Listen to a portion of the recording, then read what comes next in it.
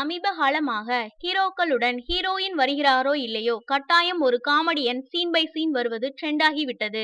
அதிலும் சந்தானம் நடிக்கும் படங்களில் ஹீரோக்களை விட அவர்தான் ஜாஸ்தியாக டயலாக்கே பேசுவார். அது மட்டுமின்றி ஒரு கட்டத்தில் அவரது மார்க்கெட் வேல்யூவை பார்த்து அவருக்கு பாடல் கூட கொடுத்தார்கள்.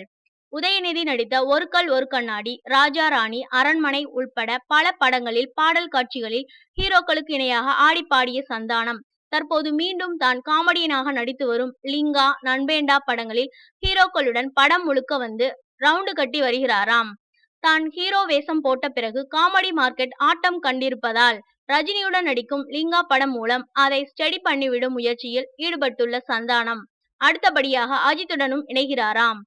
ஏற்கனவே சிறுத்தை சிவா இயக்கத்தில் அஜித் நடித்த வீரம் படத்தில் பிரதான காமெடியனாக நடித்த சந்தானம் மீண்டும் அதே சிவா இயக்கத்தில் அஜித் நடிக்கும் படத்தில் இணைகிறாராம். பக்கா கமர்ஷியல் கதையில் உருவாகும் அந்த படத்தில் பெப்பர் அண்ட் சால்ட் கெட்டப்பில் இருந்து விடுபட்டு தலையில் கருப்பு சாயம் பூசிக்கொண்டு நடிக்கும் அஜித்துடன் படம் முழுக்க வலம் வர போகிறாராம் சந்தானம்.